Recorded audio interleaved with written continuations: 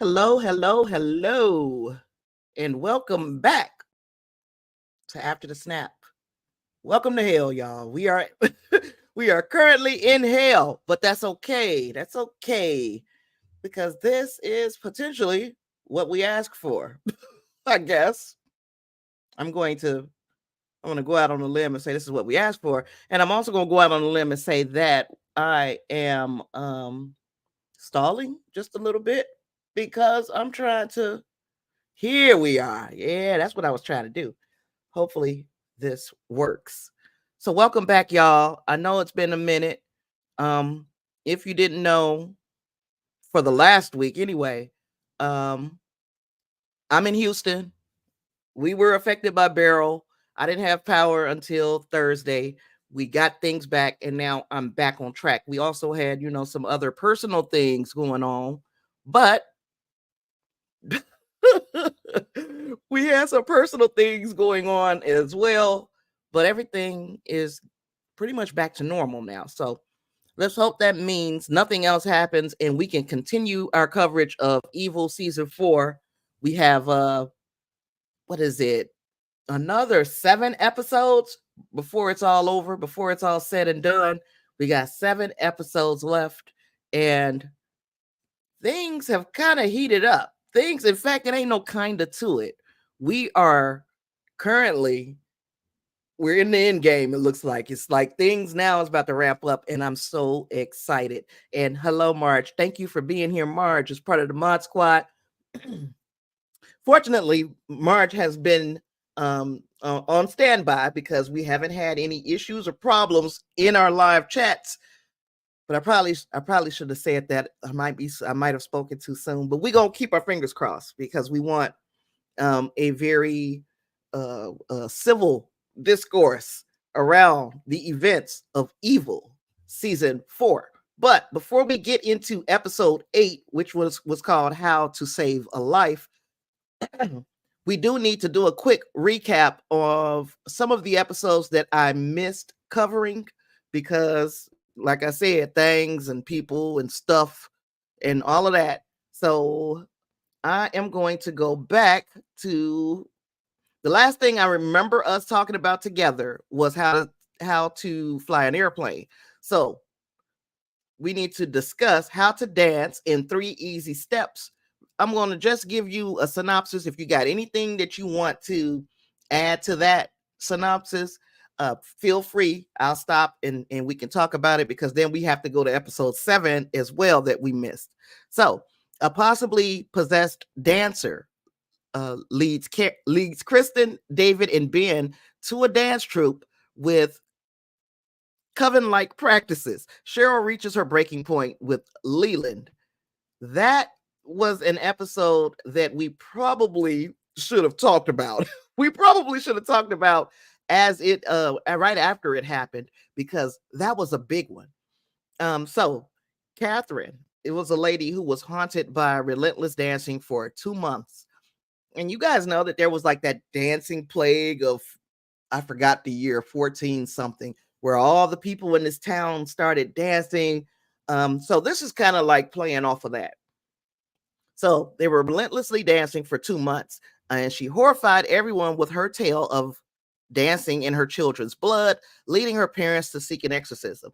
Despite her violent and supernatural strength, the exorcism reveals a mysterious X mark on her, indicating a demonic presence was vanquished. Meanwhile, a subplot unfolds with the abduction of clerics, adding layers of spiritual warfare and personal sacrifices among those involved in these dark conflicts. So, hey, Bougie, you're driving. Be careful, girl. Be careful. Like Sister Andrea, I detect demons. There have been some demons. Oh, right, the creepy dancers. Yes, creepy dancers. I At first I was like, okay, how is this tying into things? But that crazy muse, and will we see that character again? We saw a muse with Dr. Boggs at one point. Now we are seeing the muse with in that episode.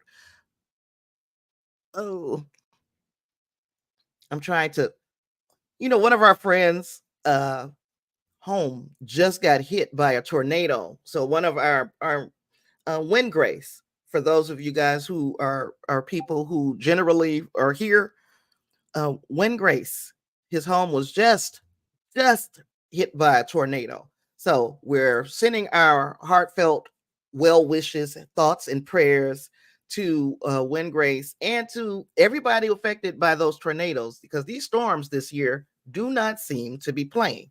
So I wanted to make sure I said that before we move on to, and if you got anything to add to season 4, episode, I think it was 6, gosh, episode 6, let me know. Just stop me and we can talk about it. But Catherine was dancing nonstop for 2 months to the point of exhaustion, requiring force feeding. It was revealed that Catherine killed her children, was found dancing in their blood. Her parents, not Catherine, are requesting an exorcism. The discussion of her mental state with references to historical dance phenomenon related to sin alleviation. Catherine exhibits threatening behavior, claims she'll harm people. Doctor describes Catherine's condition as possibly bipolar schizoaffective disorder, noting her abnormal strength and mental state. The exorcism proceeds under intense circumstances, with Catherine exhibiting extreme resistance and supernatural stuff going on. Catherine then underwent cardiac arrest and later an unusual rapid onset of gangrene on her feet, and that puzzled the medical staff. A mysterious X, again marked, suggesting a vanquished demonic presence, that was found on Catherine's body. It was like a sigil also. Concurrently, there's a subplot involving the abduction of these clerics and nuns, with efforts to locate them using psychic abilities. We have themes of family dynamics, including the mother's involvement in the exorcisms, intertwined Catherine's history with these demonic influences and exorcism practices. So we had a lot in that episode. Kristen was so into it. And yes, when Grace's home was affected. And my understanding is the Chicago area needs to prepare for a storm tonight that is going to produce high winds and possible storms. I think they said winds could be in excess of 70 miles an hour. So if you're in the Chicago area, prepare and be careful, because this is something that they're expecting for you tonight as well. Okay, so we talked about episode 6. Let's move on and talk about what happened in episode 7 before we get to the episode that we're covering today. In episode 7, Ben and David joined a train engineer who believed he's being haunted on the tracks. Kristen cares for her mother because BT dubs. The episode before, I forgot to mention, episode 6 was when what's her name? Cheryl. Was when Cheryl confronted Leland. She confronted Leland because Leland had set Kristen's husband up to kind of kill Lauren, one of their daughters, and Cheryl had warned Leland that if you F with my granddaughters, I'm gonna cut off your dick. She said it. She told him, she made a promise, and I think she made good on the promise in the next episode. But it was before, or it was after Leland got a shot off against her. He stabbed her. So let's move to the synopsis. Cheryl confronted Leland, accusing him of trying to kill her granddaughter Laura to influence family dynamics. Leland denied that, justified his intent as part of their evil plans. And the confrontation escalated as Cheryl reveals that she sabotaged some of their joint work.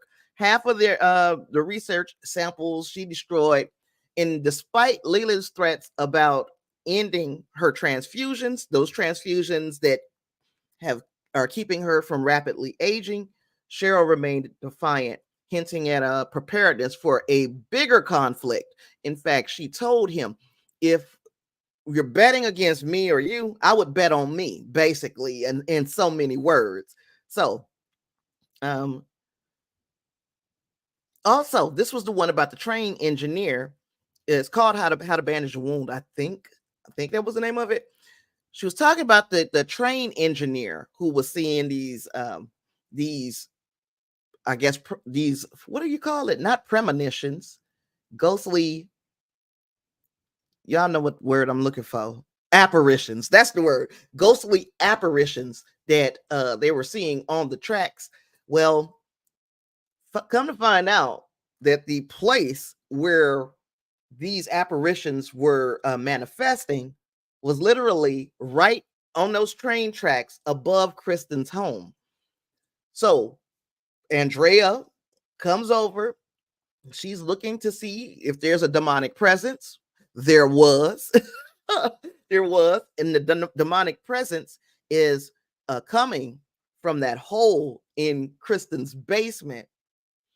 Andrea had this spiritual warfare against this demonic entity, but and Ben was able to wall off the hole, but that doesn't mean that the demonic activity has stopped.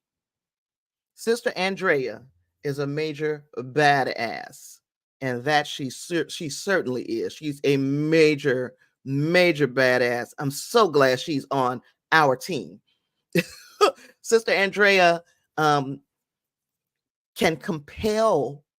I'm starting to figure out that even when other religious figures speak to demons, they don't show as much deference to other figures as they do to Andrea. Andrea compels a demon to tell the truth. And what's your name? And it has to tell her its name. I love Andrea. I love her. And I'm so glad that these last few episodes have given us more time with her, because she is probably very key into helping conquer this evil that's coming to New York. Let me see. I'm going to make sure that we covered pretty much the basic gist of these before I move on to today's episode. So, yeah, Leland was trying to intimidate Cheryl. He was talking, he was basically using her own kind of vanity against her. And she was like, I don't care. I've got a deep seated resolve to protect my grandchildren, and now herself and her daughter, from the influence of Leland, specifically Lexus, which we'll get to more in this episode. So again, Cheryl suggested that she is prepared for a gritty battle. And even though she was hospitalized, you would think that she would have lost this battle, but Cheryl is winning the battle against Leland thus far. And that brings us to today's season 4, episode 8. That one is called How to Save a Life. In it, David stumbled into the life of a man planning murder suicide, and the team rushed to find him and stop him. And then Cheryl executed her next stage of her plan to stop baby Timothy from becoming the Antichrist.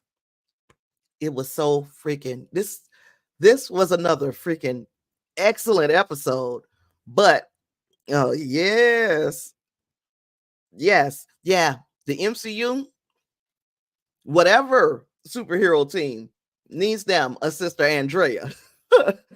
But then yes, episode 8 is a freaking masterpiece to me. It's a masterpiece. So now that we've talked about, these couple of episodes that we missed, we're going to get into episode 8, How to Save a Life.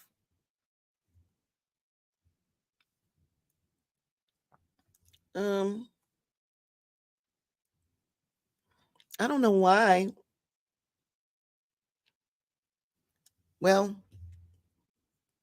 it don't look like my my slideshow is going to work. And that sucks. But I guess I can. Let me see.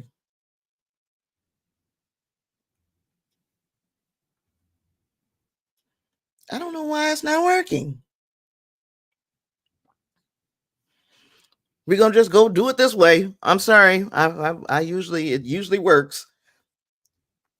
Guess whose birthday it is, y'all? It is Father Acosta's birthday. Let me make sure. There we are. That didn't work. Anyway, so go, David. It's your birthday. We're gonna party like it's your birthday. We're gonna save somebody like it's your birthday. And we're effing Leland up because it's your birthday. So yes, David, we're to believe that this is his 40th birthday. I think the actor who plays David is a little older, but I'll buy it. I'll buy him being 40 years old. So for his birthday, yay, we see Father Dominic. He comes and he is bringing a new issue for David to solve. Because he wants him to remote view something. And David, when he's remote viewing, he is having these distractions, and one of the distractions is Kristen preparing to take a shower. I don't know if his mind just like went. I don't why his mind went into that, or was he truly in her space in that time as part of his remote viewing? Was he remote viewing into her home and seeing her, or was this just something he was imagining? Let me know what you think, because I don't know. I was a bit confused as to why he was seeing that.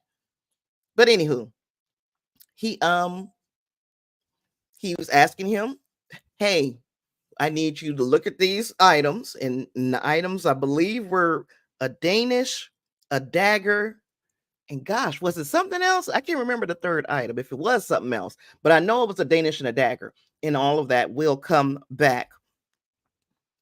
Yeah, it was one of those AOL distractions, but was that something that he had seen? Or is it just something that he was imagining?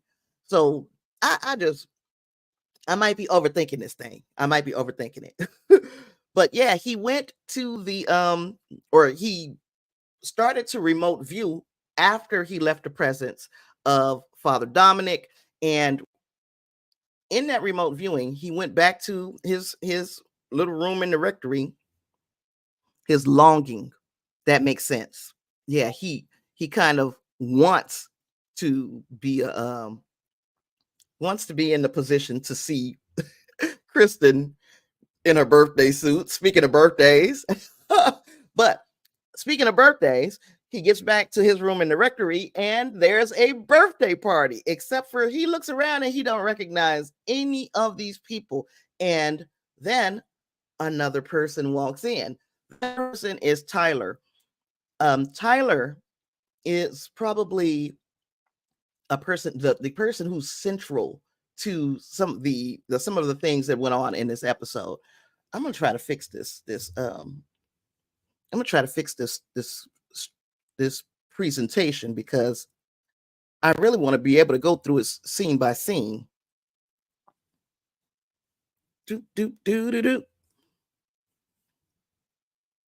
So give me a second to find that to pull that back up, because this ain't happening the way I want it to happen.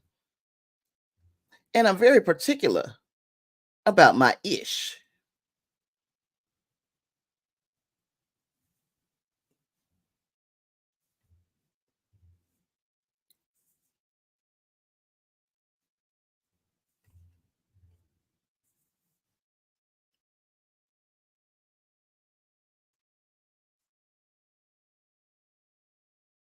And I don't know.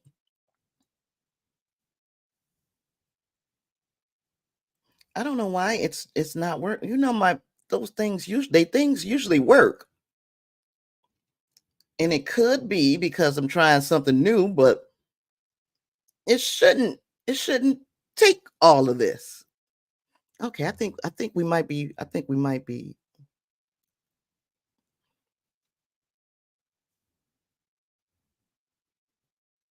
Nope, it's still gonna go back to small. Um,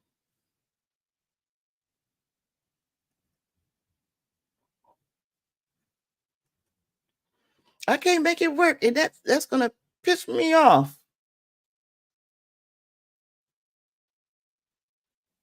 Yep, it's gonna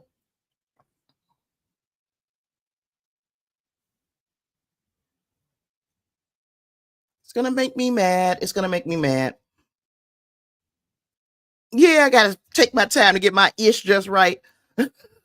It's making me mad because any other time it would show up the way I want it to. And I'm so excited to talk about this particular episode that I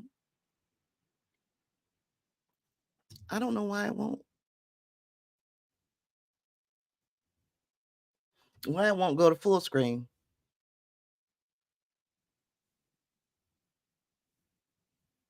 Yeah, I'm gonna quit trying to do that. We're just gonna do it this way.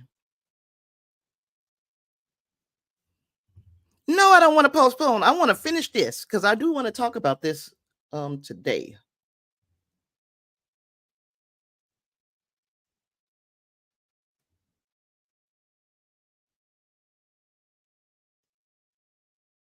And there was a message, Marge. I did get your message that said that in Canada you can't see the warnings.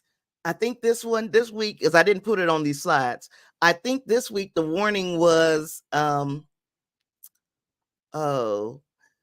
if you skip, don't go swimming after you skip the intro or something to that nature of that nature. And the ones before, it was funny. It was like, don't skip the intro if you're watching on Netflix, and they're always funny. It better get some act right about it. Yeah, it needs some act right.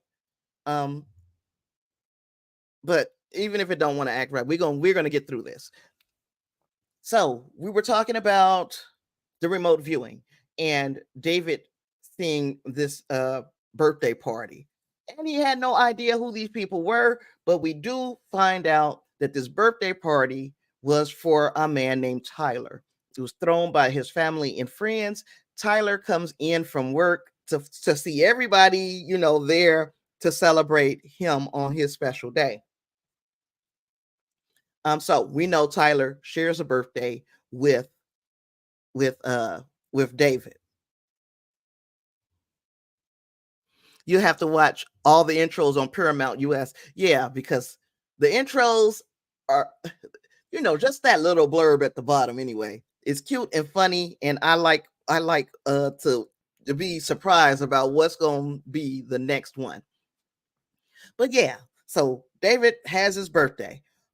The next day, of course, this is going to go get small every time I freaking go to the next page. David is working the confessional.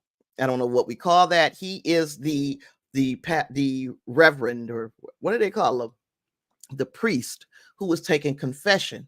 And guess, guess who walks in? You ain't got to guess too much because it's a picture of her right here. Cheryl. Cheryl walks into the confessional and she sits down and she was like, "Look, I don't want to confess. I don't want to talk." um, she says she needs to tell him something important, and that important thing, there's a good chance in the next few weeks I'm gonna be murdered, and I want Kristen and my granddaughters to be safe if I am. Which you can imagine, David is flummoxed by this news. She goes on to say that Leland is going to be the person who kills her, or he will be the reason she's killed because he tried to kill Laura. She found out and she tried to kill him. And um, this is, I guess, the beginning of a redemption arc for Cheryl, in my opinion. And because it seems like she has not a problem with good and evil. She has a problem with religion, and she kind of wanted to spit and give a fu to religion, and this is why she's working with Leland. But in essence, she's learning that she is truly hurting her family. So David is like, why would this happen? Why wouldn't you just go to the police? She's like, look, the 60 have eyes and ears everywhere. They got friends at the police. I can't go to the police. Um, she said, the church, is the one place Leland is afraid of. You keep him up at night. So now she said, if I do meet my end, tell Kristen she needs to protect Alexis at all costs, because Leland in the 60s thinks that she's going to be some kind of John the Baptist to the Antichrist. And then she tells him, oh, by the way, the Antichrist baby Timothy, which is the baby of Leland and Kristen, baby Timothy is the Antichrist. And she wants to save his eternal soul from damnation. So she's like, I need to get him baptized. And I need it to happen in this little tiny window of time. Now, first, David is against it because David is saying, hey, I can't do that without parental permission. She's like, look, you're not going to get parental permission because Kristen is not, Kristen is the biological mother. She's not in this child's life. And Leland, and Leland ain't signing off on it, but I'm the baby's grandmother. And I say we need to baptize Timothy because it will help to save his soul. And this is after David explains that it will save the baby's soul. David's face during all of this, yes, he's just sitting there looking horrified behind the confessional. I'm gonna take a sip because you hear me keep choking. I don't know what's going on here.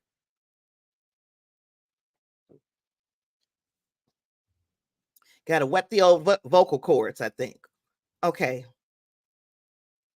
So Cheryl is no longer allowed near Timothy because, hello, she tried to kill Leland.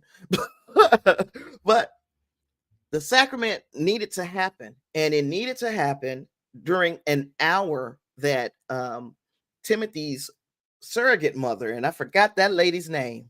If you remember her name, put it in the comments. But after the surrogate mother was going to have Timothy, and she's still friendly, very friendly with Cheryl. So Cheryl's like, we need to do it at this time because she'll give me access to the. And again, David is literally horrified by by this disclosure, but he does agree to do it. He does agree that he will baptize baby Timothy. And I'm like, okay, well, is that going to work? Will that work on a baby who was born to be quote unquote evil? Well, we find out later on in the episode. And there was the other warning. I'm sorry, before we get to that, there was the other warning. That warning was, tell Krista she needs to protect Lexus again, and that Leland thinks that she's some type of John the Baptist to the Antichrist.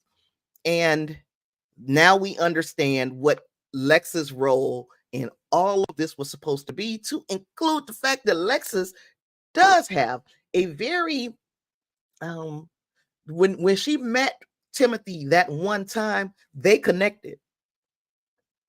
So now we have to wonder what else can happen to Lexus, and we know something's going to happen because they wouldn't have put that scene in this episode if something wasn't going to happen to her. So there we are. We got we got to worry about Lexus now.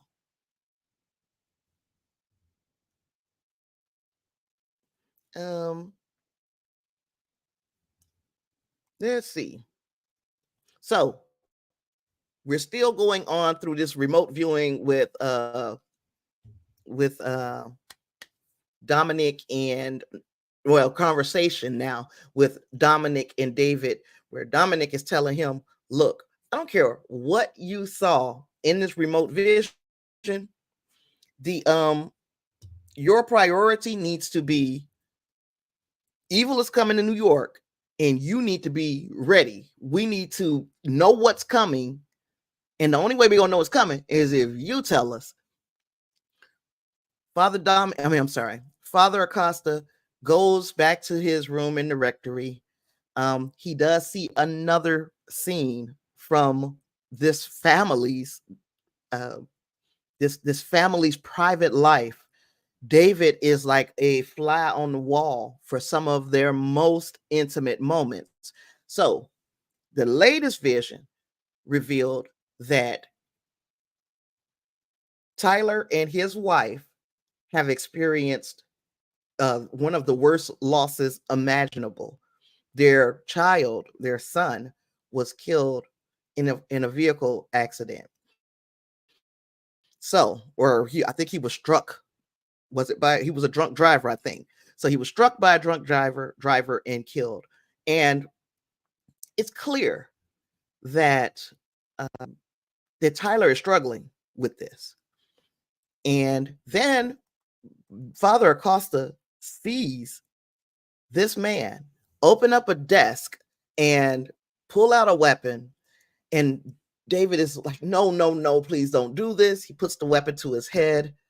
And then David realizes that this weapon wasn't even loaded. When he did it, this man puts more bullets. In fact, enough bullets, just enough bullets in this weapon to take out his entire family, which would include two underage daughters, his wife, and himself, and possibly the dog. I don't remember how many bullets it was, but the family pet was also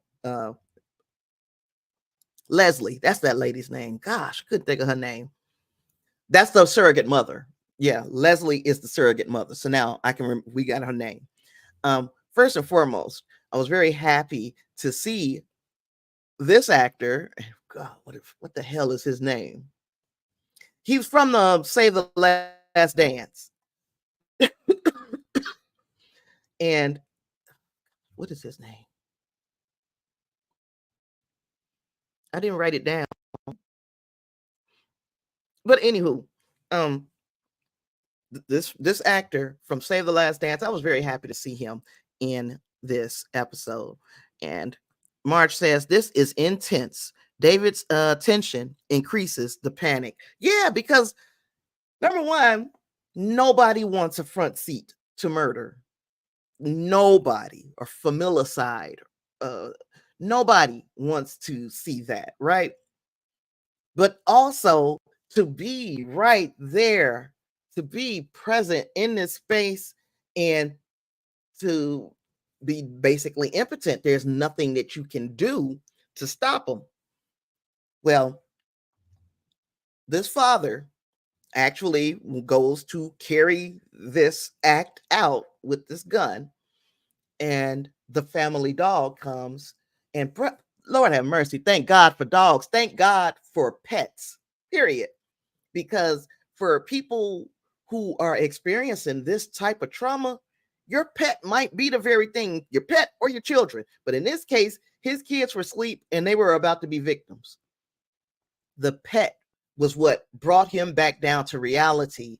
And he just sobs and hugs this dog and thanks him. In fact, apologizes to him. I'm sorry. That was such a powerful scene. And the relief that David felt. David was calling for God to intervene. He was calling for God to help. And that's going to be important the next time David sees Tyler starting to spiral in some ways, right? Hey, David, how are you? David is eating homemade raspberry and jalapeno jam. Oh, that sounds good. Don't think I've ever had it, but I have heard that it's a nice combination. Oh, and Sean Patrick, the name came to me. The actor's name is Sean Patrick Thomas.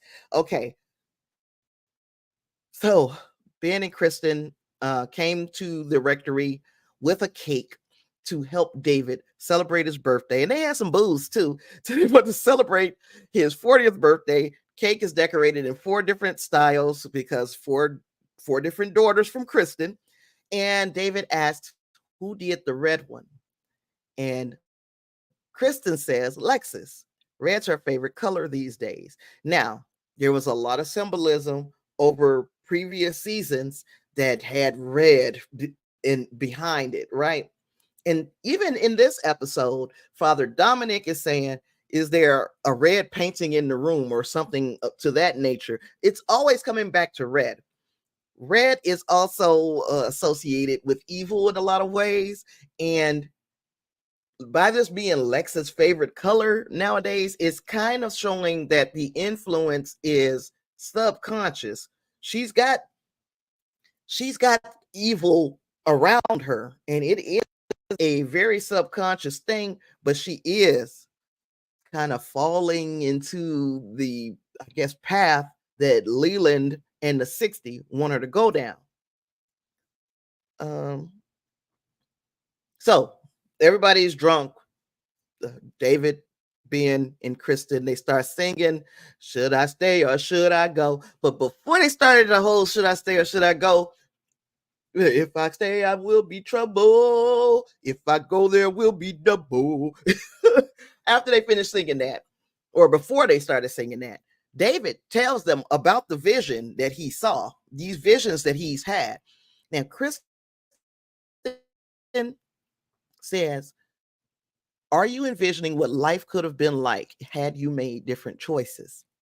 And it seems like David is considering that. That could be the AOL. He's thinking of things the way things could be.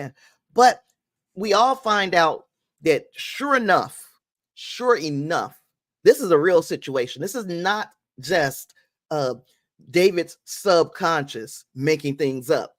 This is a real situation. From the 6-year-old baby dying, Tyler is now he's now thinking of ending it all. And then he thinks, I want my whole family to be together, so I need to take everybody with me. And that would be absolutely horrible, horrible, horrible. Father Dominic is like, "Look, man, I understand, that you are experiencing these horrible visions or whatever, but that's not our priority. Our priority is evil coming to New York." And I thought that was very, very heartless.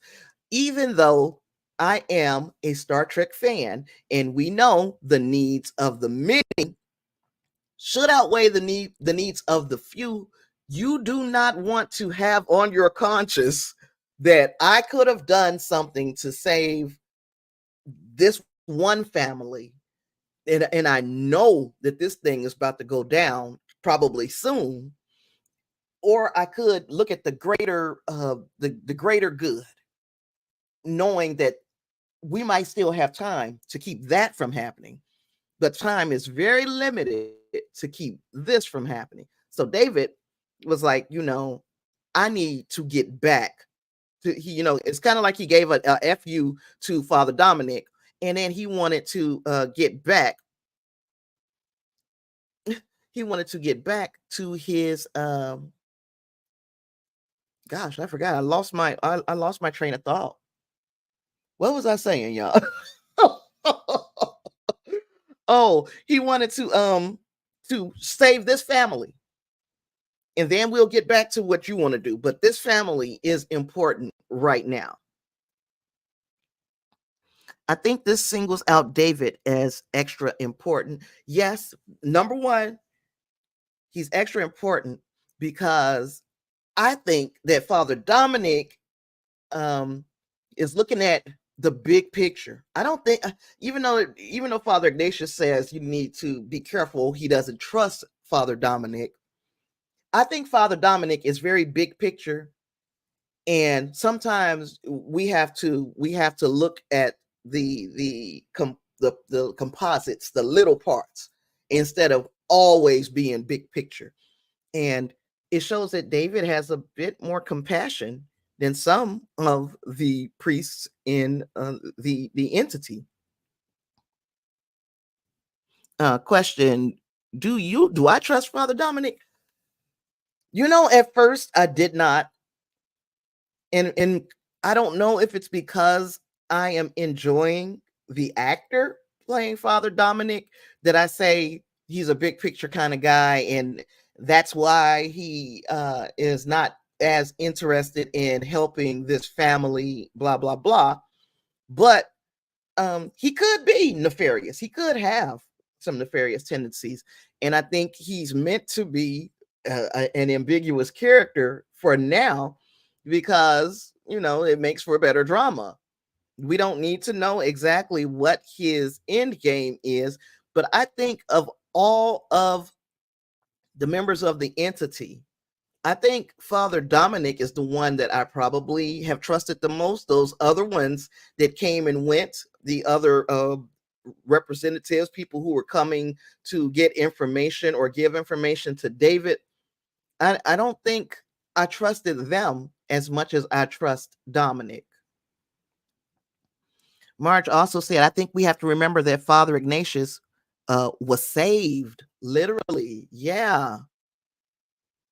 Section 31 of the Vatican. Again, there's our Star Trek reference, another one.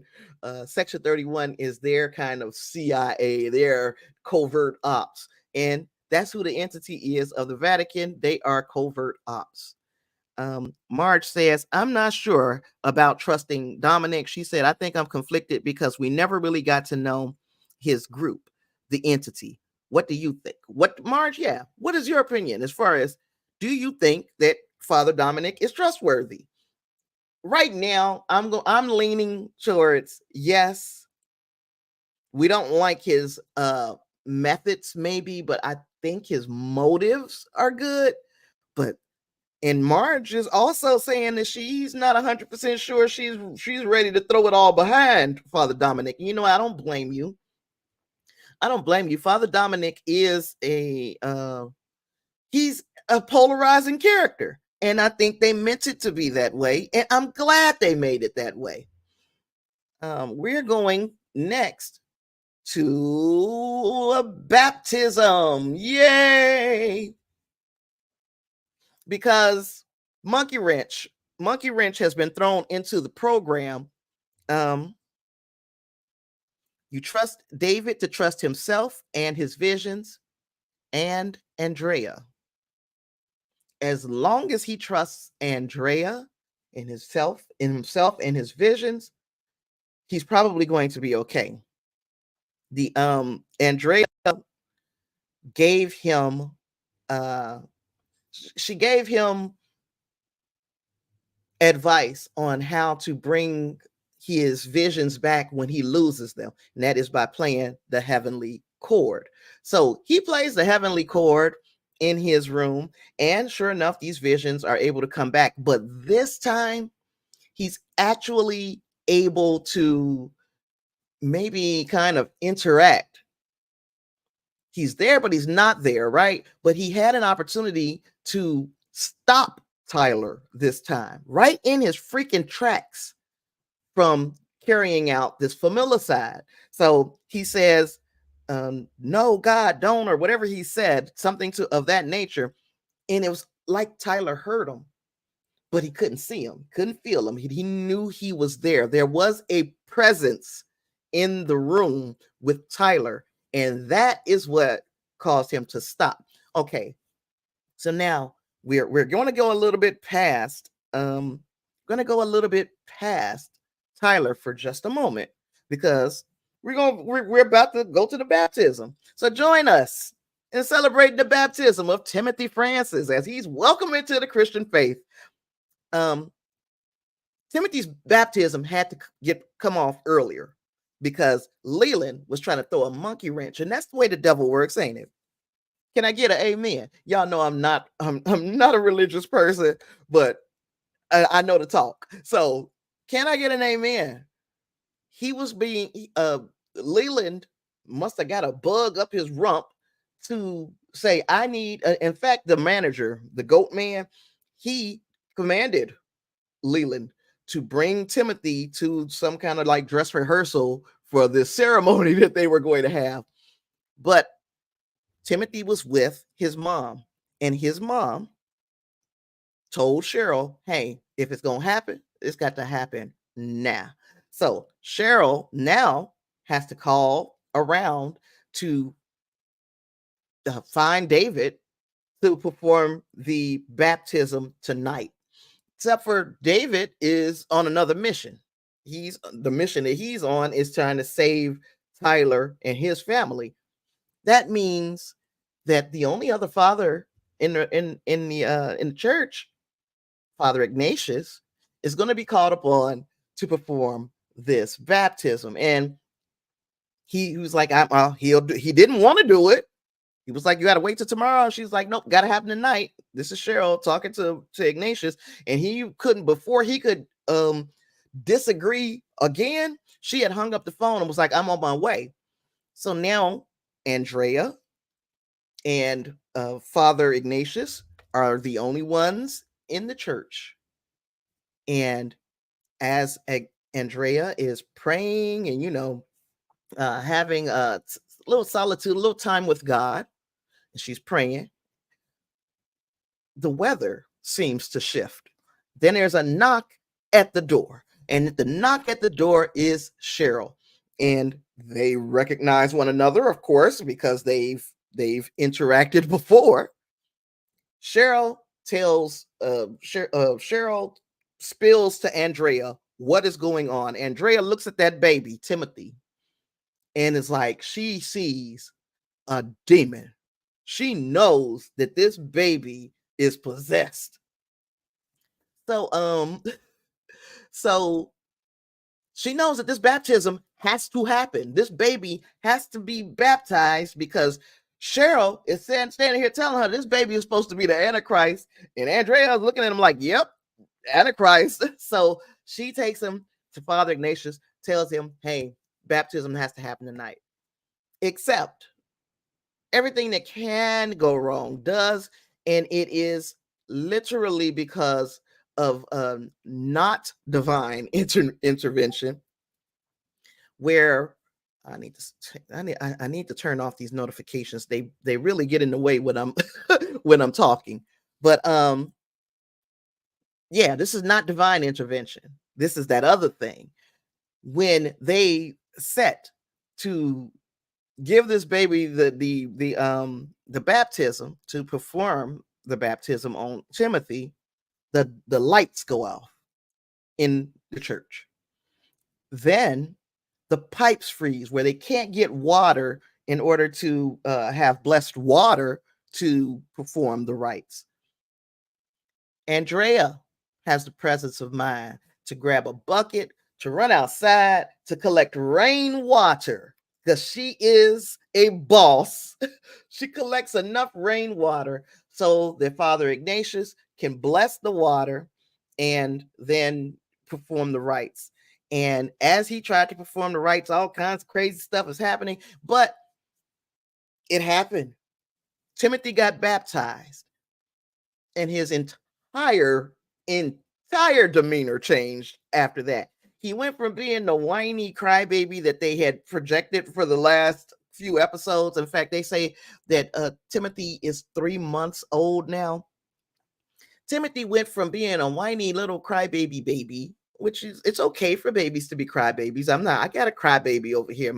My grandson, not the grand girl. My grand girl's sweet as pie. My grandson is a crybaby. So sometimes they're crybabies, you know what I mean? But Timothy switched. Whole demeanor switched. He turned into a smiling, cherubic little angelic little baby. And like any other baby, he looked good and happy, and he was good because babies are not inherently evil. And I can't believe we're even talking about a baby being born evil, but here we are. Timothy actually his demeanor changed so much that he went from being 3 months old, because 3 month old babies don't clap and all of that. 3 month old babies don't know how to do all that, but Timothy does. But anywho, Timothy was praising God because he was in the house of the Lord. Um, and let's see. I gotta pick up comments. Marge looked up the heavenly chord. It's a real thing. Timothy Francis, that is his name. Yes. And I got some amens from the church. The manager cracks you up. The manager kind of scares me. And I know I shouldn't be scared of that character, but I am. Oh, can I get another amen there from David?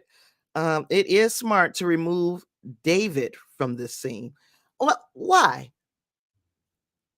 I really thought that we should have seen them. But you tell me why you think it was better without him, and maybe I'll look at it that way. Um,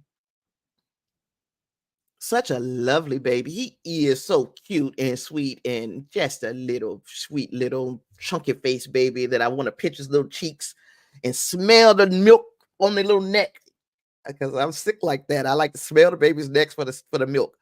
Uh, Takes after the father's side. Please no.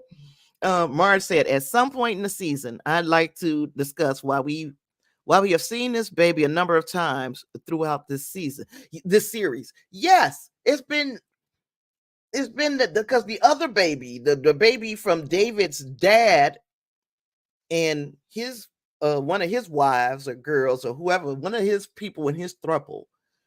Yeah, she had a demonic baby too, right?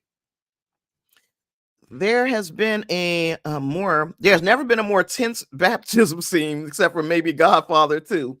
And he is a cute baby. And Timothy could potentially not be the Antichrist anymore. I don't know if he's just a regular baby. Was Leland gonna kill Timothy when he found out? I think we can talk about that now. Was Leland going to kill Timothy when he realized that Timothy was no longer infested with evil? Because I truly, really, and truly loved the way that Cheryl let Leland know that this baby has been baptized. Not only that, of course, she named him with his I don't know what they call it, his religion, not a religious name.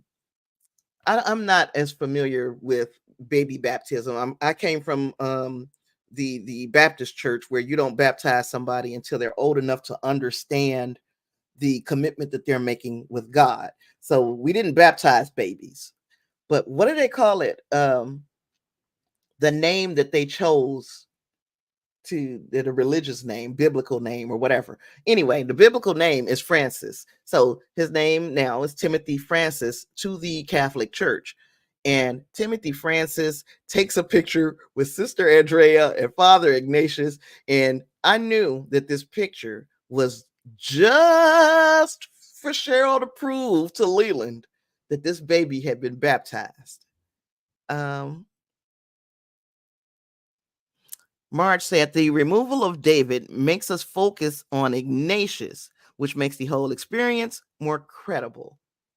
Hmm, credible? I do know it makes the entire situation it removes David, Kristen, and Ben from the equation, so it doesn't look like it's part of David's own manifesting of good and evil. People may think that David has some kind of mental illness, and that's why he's seeing this thing.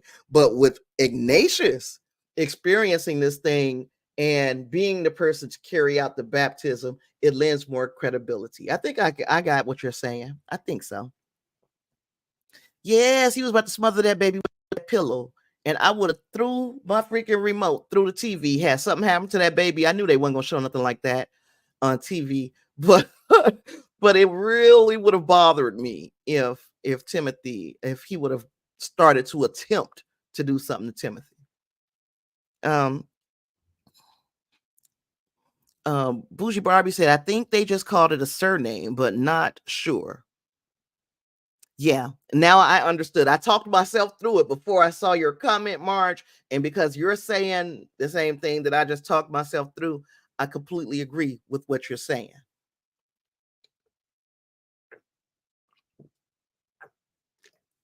The only thing that would have probably made it a little different is if it was Dominic. Then I'd be like, okay, now we got an issue if Dominic is present.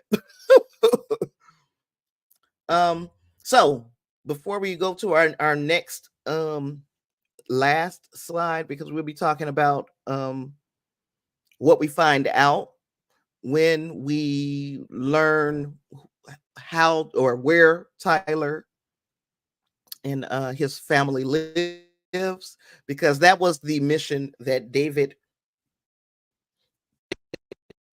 Kristen, and Ben are on, a mission to find out where Tyler lives so they can try to intervene in this imminent familicide, because it was going to go down. It's just a matter of when. Um, as they were looking around the apartment of, or the apartment of Tyler and his family, because again, David is now remote viewing, but this time he's got Ben and Kristen with him, and they are going to help him work his way through what is an AOL, or analytical, or was it analytical overlay? What is the AOL, and what is actually part of uh, Tyler and his family's home? And that is where they found a book. And this book is a book that is given to all of the patients of Dr. Boggs. Yep, so Dr. Boggs plays into this. This is the evil universe. Is we're talking about huge world-ending issues. This is stuff that could literally end the world, apocalyptic type ish. But their universe is so very small that everything is revolving around the main characters, the people that we have met over the past 4 seasons. Dr. Boggs is dragged into this because Dr. Boggs finds out through a little birdie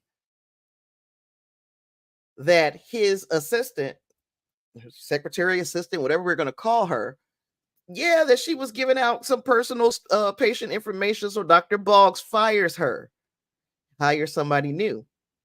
This new person, of course, Leland calls Dr. Boggs' office. This is how we learn all of this. Leland calls Dr. Boggs' office because he's trying to calm Timothy down, and he needs another tape of Kristen's voice, which is reading, from her doctor's appointments with, or her sessions with Dr. Boggs. And this new assistant is no nonsense. She was like, "Oh no, sir, you won't be getting that, darling. You are on the list of people that we do not trust. Go F yourself." So now Leland is really pissed because at every freaking turn, Cheryl she scored points. These are knockout blows, or like they're not knockout blows because she's only glancing him, but she has got his ass on the ropes. And I loved it. But anyway, Tyler's family got this book that Dr. Boggs gives to all his patients. Turns out that when Kristen calls Dr. Boggs, it was like, "Hey, do me a favor. Tell me if you got a patient named Tyler, because we believe that he's going to do something to his family, and we are trying to stop it." And Dr. Boggs was like, "I can't tell you that. Plus, I don't have no patient named Tyler. So you got the wrong person." Then we learn Tyler's wife is Dr. Boggs' patient. And she mentions her husband, Tyler, by name. So now Dr. Boggs is feeling like this has got to be some type of sign that they're on the right track. So he calls Kristen back and was like, "Look, get over to my office. I've got about another half an hour with a patient, and you need to get over here." And she was like, "Well, is it Tyler?" And he was like, "I've already told you too much. Get your asses over here if if you want to help this family."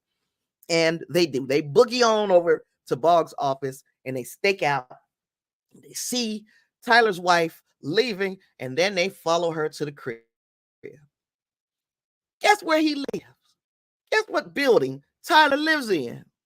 Everything goes back to Boggs. It does. Boggs is far more important in this story, the overarching story, than I ever thought he would be. I never thought that he would play such an important part in so many parts of this episode, of this series, because going all the way back to first season, when Kristen finds out that Leland went into Boggs' office and stole all his notes, I thought that was going to be the most that we would have Boggs be, tied into things.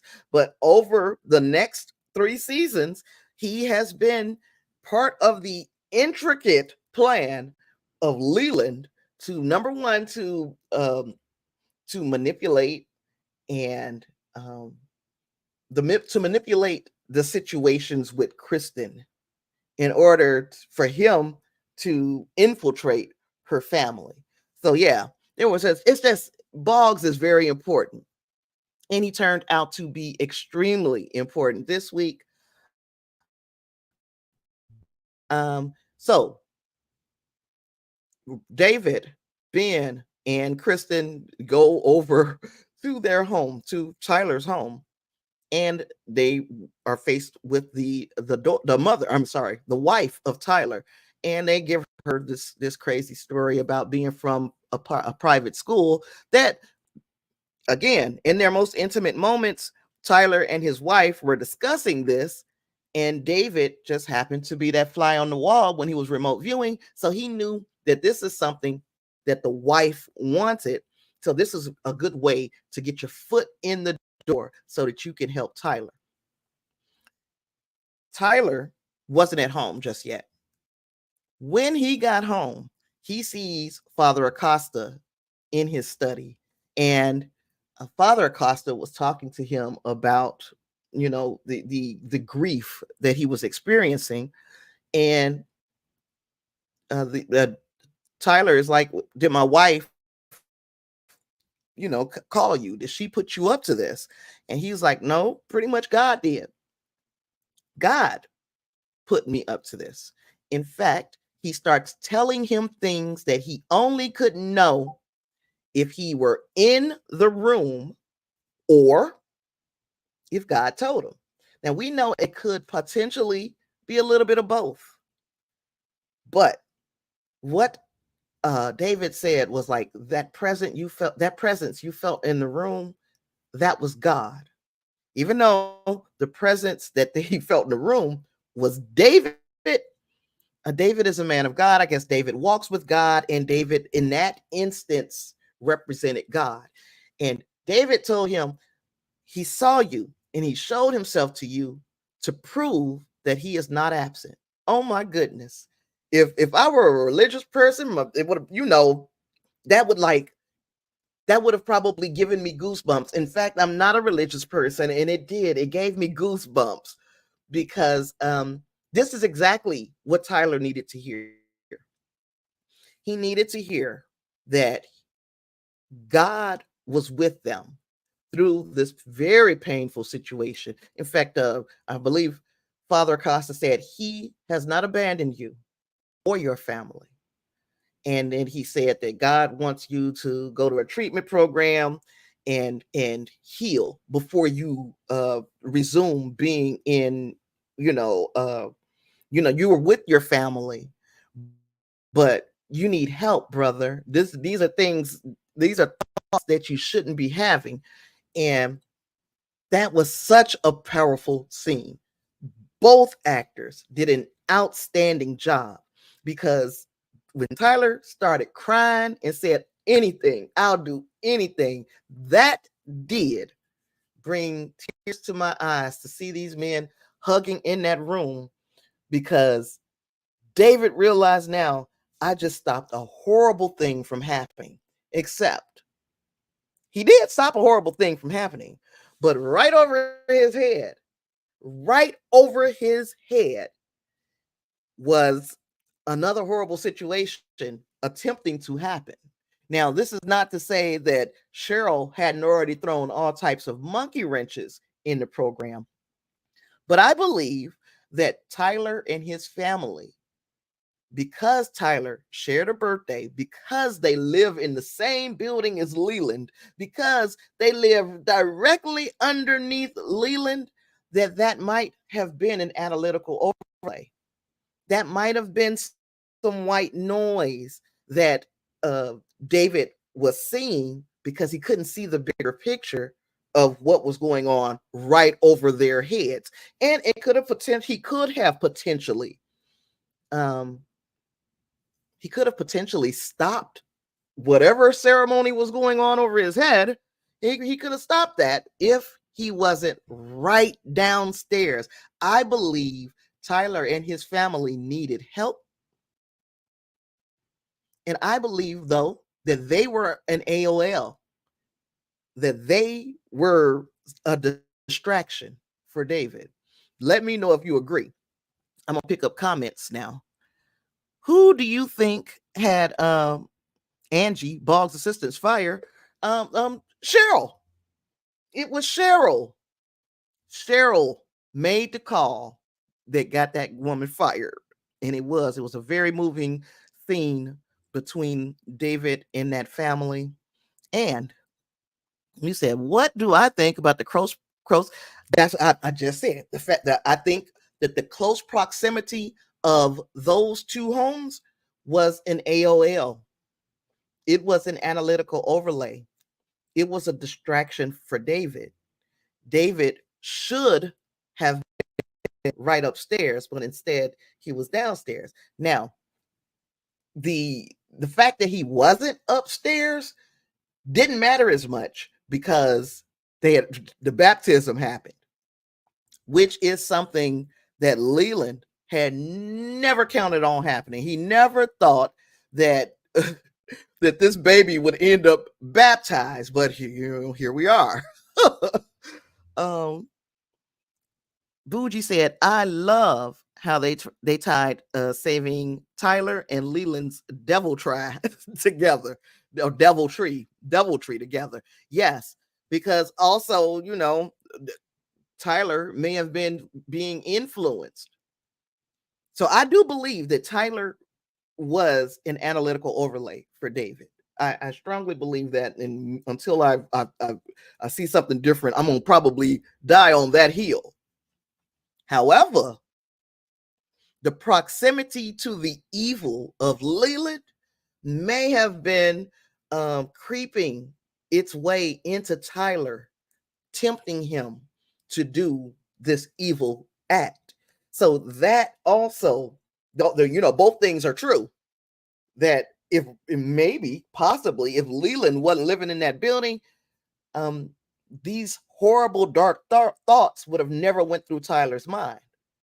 But because Tyler was affected by that dark energy coming from Leland's apartment, just hovering over his head, literally, because he was affected by that dark energy, I think that was just enough. And he shared a birthday with David. I think that was just enough to be an AOL, because David was supposed to be right upstairs. And I mean, as far as Father Dominic is concerned, David was supposed to be upstairs. But because, the situation that was happening right downstairs, and we're glad that David intervened in that situation, but we know that he was supposed to be upstairs. The satanic group members were all white male exec types. Significant? I noticed that, especially when they were like right behind Tyler as he was trying to get into the elevator, and this mob of very businessy men were clamoring to get into Leland's apartment, to get in the same elevator, go to Leland's apartment. Yeah, it struck me. Ain't a black face like a freaking a pebble in a sea of sand. You could see it was Tyler and then everybody else. And we get up to Leland's apartment, where all of these people are up there eating danishes and other hors d'oeuvres as they await to start this ceremony of I don't know, there was this big unveil, but they were also doing some blood ritual over and around baby Timothy in the middle of this pentagram. So Timothy is dressed in his little red Antichrist baptism garb, and they're being baptized by the blood of the 60. And Timothy find all this shit funny. Timothy is laughing because he knows somehow that this ain't none of this. This don't mean shit to me. And Leland knows, of course, we know Leland knows he was gonna smother the baby, but he was like, how would I explain that? So if I don't tell anybody anything, then they'll never know that this baby had been baptized and that all of this is for nothing. All of it was for nothing. Because Timothy belongs to God now. At least we think he does. But what do we think the picture is? What do we think that painting is that the manager unveiled after he said, welcome to the new age? What do we think is that photo that he unveiled? I don't have a clue myself. That's why I'm asking y'all. That's why I'm asking y'all.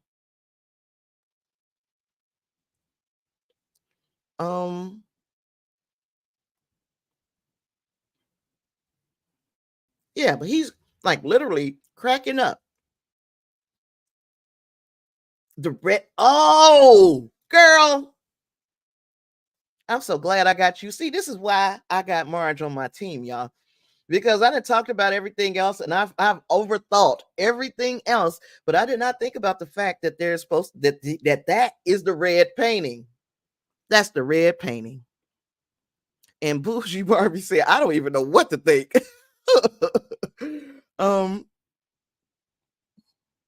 Ooh, Marge also posits that she wonders if that photo or that picture will now be something angelic because of Timothy's transformation. Man, if that happens, do we think Leland is making it up out of that the apartment with those people, with the other members of the 60? Because they don't need you anymore. If you've allowed their antichrist to be turned good, then what do they need you for at this point, Leland? You would be just a huge disappointment. And I'm pretty sure they've killed people for less. Bougie Barbie says she drifted to sleep thinking of that. Yes. Might be the end of Leland. Yes. I think so. He will have outlived his usefulness if they found out that baby was no longer evil. But also Leland is just slimy enough to say he didn't know that the child's mother must have had something done. The surrogate mother, Leslie, that he's just slimy enough and grimy enough to throw somebody else under the bus. So yeah, I mean, and I thought about it too. Bougie Barbie, Marge. Yeah, Marge just it's a red painting. It was supposed to be the red painting. We ain't gonna know until Thursday what it really is. And Thursday would be episode 9, right? We're past the halfway mark. You know, this episode put us past the halfway point of the season. I really, and I hate to ahead of time do anything anymore because so many crazy things. Y'all know this last week has been a very long year. And a lot has happened, and you start saying what I'm gonna do on this weekend, and God laughs at you because you know tell me your plans, and God will it's like a joke. Mm. Dominic wanted David to see the red painting. So it's interesting that David is one floor below the actual painting. I honestly believe that that situation with the family, with Tyler and his family, was a distraction, was something that just was there to get in the way of what David was really supposed to be doing. There are 10 episodes plus 4. Yep. 14 total. And we are already, oh, wait a minute. What episode? This was episode 8, right? And we're already at 8. It's all downhill from here. It's all downhill from here.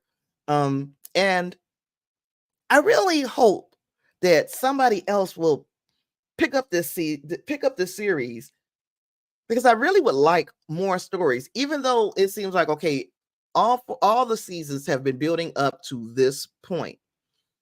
But if somebody else were to pick it up, I'm sure they could find another story to tell. I truly am going to miss this series because, like we talked about when we first decided we were going to talk about this season, like we discussed, this was so underrated, such an underrated, and still to me, is such an underrated series. I feel like more people should be talking about it.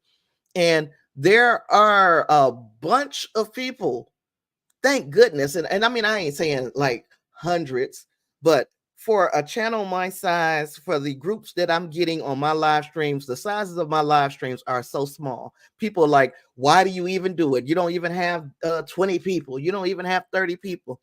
But the people that do come, they do listen to what we suggest because we have suggested to a small little group of people, you need to be watching this series. And of that small group of people, a smaller group did start watching the series. But the ones who have watched it have all reported back that they truly are enjoying it. And I feel like we're doing our part in keeping this series alive. But yeah, it's so sad that it's we know it's ending. Oh, Bougie said it won't matter. They'll still get rid of Leland because he didn't fulfill his mission. Yes, Leland, like I said, he's outlived his usefulness.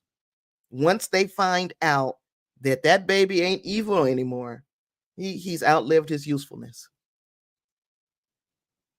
Yep, 8. This was 8. Yeah, the next 2 episodes are going to be very interesting. So many loose ends. And the next one is just called So Far because they had been switching out names on us in the middle of things. We've been bobbing and weaving trying to figure out these names. The next one is just called How to Build, and it has the three dots dot. How to build what? What are we building? Where are we going? What's next? You know what I'm saying? I am excited to see what that means.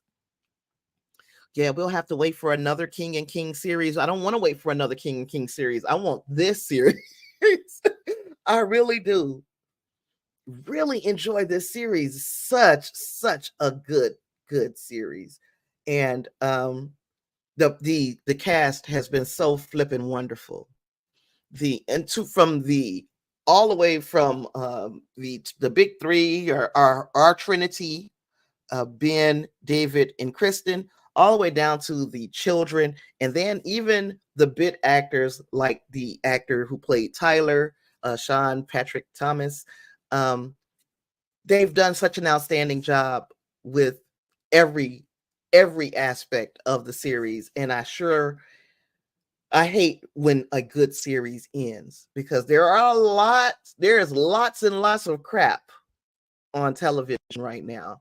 And we, number one, this little group that I've got, we find some really good stuff to watch between between our recommendations to one another, the things that we all just agree upon that we need to watch.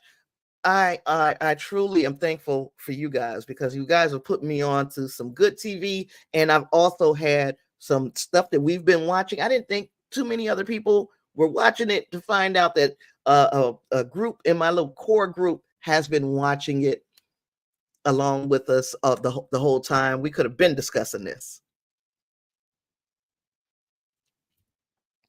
Yeah, we got to bring Andy back. What? How can we? How can we finish this without bringing Andy back?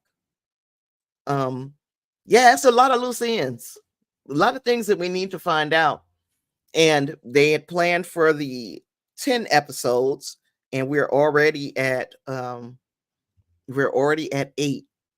And then we'll have the 4 additional episodes. So I don't know if we will get the final climax, the big battle. I don't know if we're going to get that in those last 4 episodes, or if we're going to see them, that big showdown in the next 2. But however you cut it, we know this is about to be a big time. This is about to be a big time thing, moving into these next 2 episodes from where we are today. We had a list, Marge. You said, what would I like to watch and discuss next? We had a list. I put the list on my community page that we came up with during a live stream, right when I was announcing that our power was back on over here. We did a live stream, and we started a list of things that we want to watch next. And there's a poll that you can vote what, one of those there was like 4 choices, and I cannot remember what I put for the 4 choices, but you can go over to my community page on After the Snap Movies and TV and vote for one of those items, what you would like to watch next. But I'm a Marvel head, so September for sure, Agatha All Along. And honestly, I know everybody is not into that superhero-ish like I am, but if you would do me the favor, the honor of at least giving Agatha All Along, if you have Disney Plus, give Agatha All Along a try in September, because I'm telling you, it's a different kind of a Marvel series. It's not centered around a particular hero. In fact, it's centered around who the person who was a villain in the WandaVision series, and WandaVision was a masterpiece. I think Agatha All Along is going to be a similar masterpiece, starring Catherine Hahn as Agatha Harkness. Agatha Harkness is a witch without a coven, and she is trying to build a coven to achieve some goal, which I'm not 100% sure what her goal would be, but she's trying to build a coven. And I think this is a series that people who are not even into superhero stuff could appreciate. I bet the last 4 episodes will be wild. I bet you. And matter of fact, I can almost promise you. Let's promise it. It's going to be wild. I agree. Bougie Barbie says, I feel like Andy comes back in the final episode and then we will lose him for good. I don't want to lose him. And that you also bet that Kristen ends up with the baby. You know what? One thing I can say, let's do just not today, because I need to eat dinner before Clarence, our friend Clarence, talks Star Trek, and I think he's going on tonight on discussing Trek on YouTube, Facebook, wherever you're watching. Discussing Trek is going to be talking about the next 5 episodes of Star Trek Prodigy tonight, starting at 8. And I need to be in his chat tonight, or if unless he needs somebody to talk about those episodes with him. If he was to reach out and say, Tasha, will you talk about the episodes with me? I definitely would. But even if I'm just in the audience, I would love for you to join me there if you're watching Star Trek Prodigy. Even if you're not, it's a good time. Um, which motion you seconding? Are you seconding the motion that Kristen ends up with the baby? Because I think she will too. Okay, Marge, you're gonna check the community post. And Bougie Barbie said, "There's an Agatha Harkness series coming out. You made me so happy." While my lights were out, they actually came out with a trailer. Now, if you want me to do a little breakdown of the trailer, because I watched the trailer already, so it wouldn't be like a reaction, and I really can't break it down too much because I'm not Eric Voss and this is not New Rockstars, but I do try. um, so if you want to cover, I'm going to definitely talk about Agatha all along, and I hope I have I hope I have a little bit of people to come and join me for that as well. And oh, I know you'll be there, Marge. Marge is another one. We support the click. I don't know. We got to come up with a name for our click, but the click right now is me, Clarence, Kyle Jones on Discussing Who, and Wind Grace from the Wind Grace Project, and who else is in our clique? David Lancaster. He doesn't do like breakdowns of TV and movies the way we do. He tells weird stories. So he does strange tales, and he does that while he's playing the blues on his guitar. So that's always fun. Again, we are our own little network. We're our own little clique, and we do support one another. So and I wouldn't tell you to support somebody who um, has not been supportive, and has not um, been toxic, because I don't like toxic fandoms. We can not like something without devolving into toxicity, but I have enjoyed we the cool kids. Yeah, you gotta be cool to sit at our table. So yeah, so Marge, yes, there's a list on YouTube, and then there's a poll on YouTube also on my community page. You could add stuff to the list if there's something else that we really really really need to be discussing. And because of the streaming situation and my pocket situation, I can't afford to get any more streaming services than the ones that the kids provide me with. In Clarence, I'm riding on Clarence's Paramount Plus membership, but I'm also my kids they have Disney Plus, they have Amazon Prime, Hulu, um Amazon Prime, Hulu, Apple TV Plus. We got a good little handful of the streaming services. And then if there's ever like when there's a bad movie that we need to discuss, we can do that too. If you want to discuss, if there's a movie that's so awful that's on a free streaming service or a premium streaming service, we can discuss that as well.